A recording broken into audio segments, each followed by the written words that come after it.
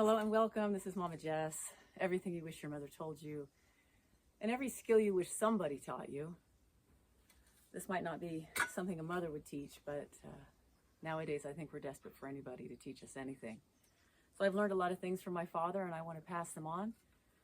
So today I am going to be showing you how to trench water lines, and this can also cross over to just how to dig a hole for a tree or for anything that you need to dig for a post or anything. So we all think that we know how to dig a hole with a shovel, right? Like it would be easy. But when you come upon heavy ground, it's just not going to happen. It's too much. You can't get into it at all. You can use what's called a digging bar and have a little more luck, but that's going to take a long time. Okay, so what you're going to want to get, if you're going to be doing a lot of trenching and holes and trees and posts for fencing, you're going to want to get a demolition hammer. All right, and I'm going to show you how this works and how easy it is, because you cannot use these general manual tools when you're trying to break into this kind of hard ground. So we're in the California mining country here, and it's incredibly disheartening whenever you think you have to put a hole in the ground, because you're not going to do it just with a shovel or a digging bar or a post hole digger. All right, so this is what you will want to use. This is the paddle. They have multiple bits that you can use, but this is the best for trenching. And you're going to want to have it in the right, you want it to have on the hammer and not for the drill, okay? So it has to be in the right position to do what you want it to do. First thing you're going to want to do is make a mark as to where you want the trench. We usually do spray paint.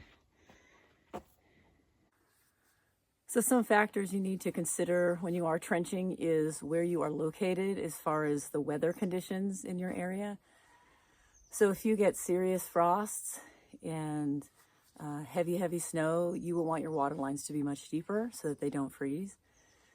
Here where we're at, I don't need to do it any more than about 12 inches deep, but other places 36 or even 48 inches. So you really need to know the building code on that. All right, when I run this tool, I'm using ear protection and gloves. And the way I've been taught, though I don't know if it really matters, is that you want to start here in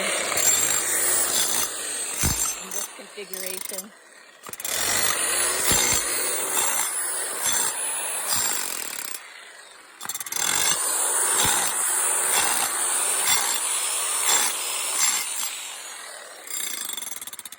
And depending on whether you're right or left-handed, I'm right-handed, and so I like to drag it toward my right arm. I don't want to lift and pull this way because it's pretty heavy. Okay. So I'm always doing a kind of a dragging motion, whichever direction I'm going. Okay, here we begin.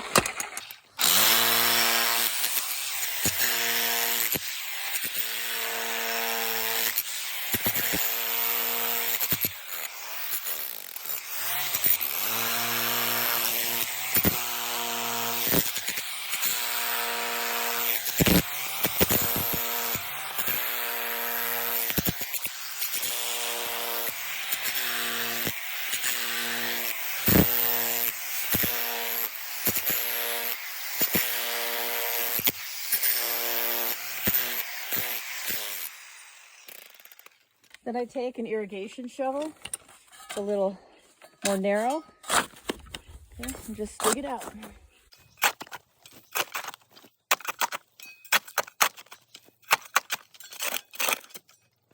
And I recommend using a pick as well. After you run the jackhammer for about an hour, you're just rattled and worn out by it, and you get little blisters. So I like to take a pick and just kind of continue at it. And then you use it for a little while. And then you're grateful for electricity and power tools. And then you go back to your jackhammer.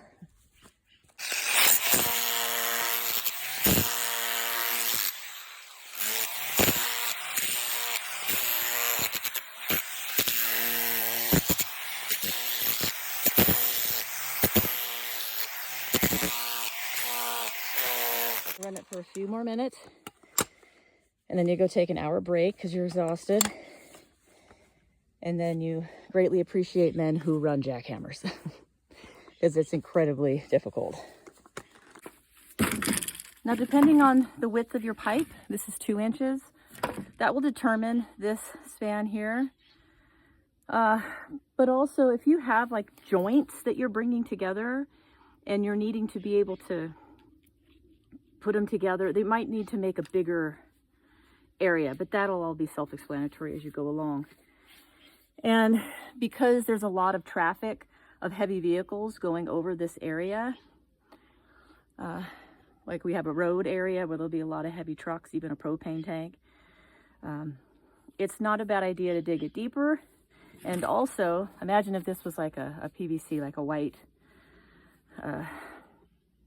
pipe. You can also take the piping that you're using, and you can fish it into a larger piece so that this will provide an additional amount of protection. Okay.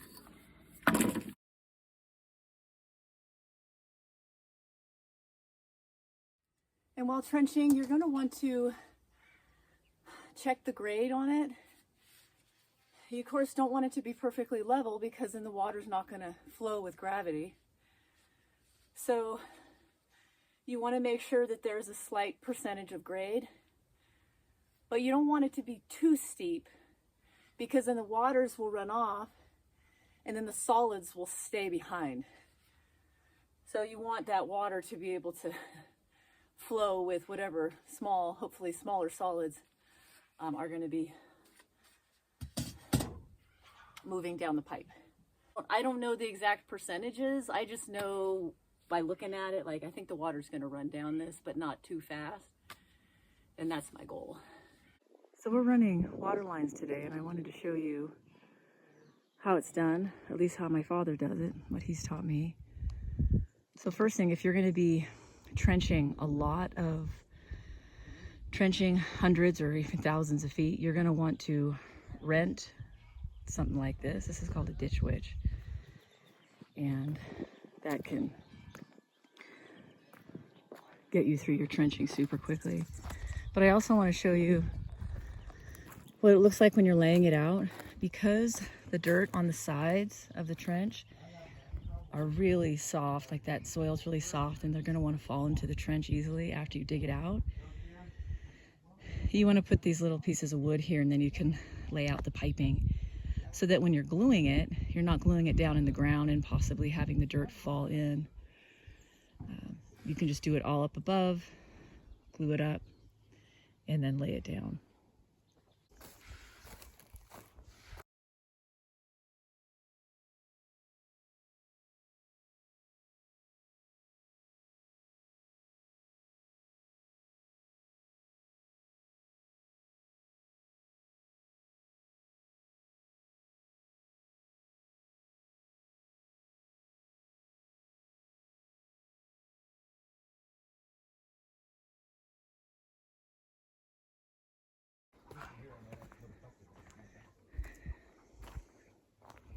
So when you're doing drains, you definitely need to have a grade, but when you're running water lines, because they are under pressure, they don't have to be graded.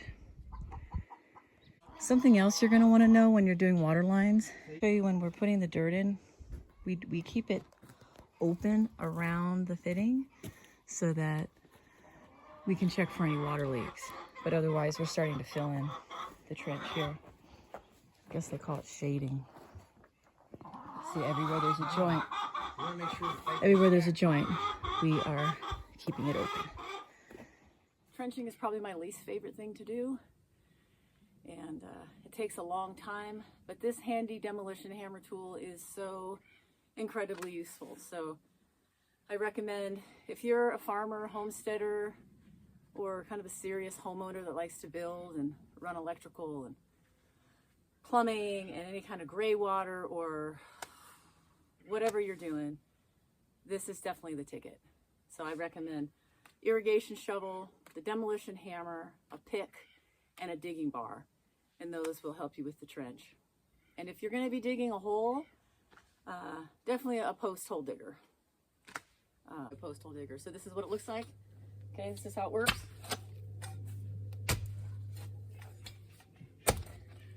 You absolutely have to have this if you're going to be digging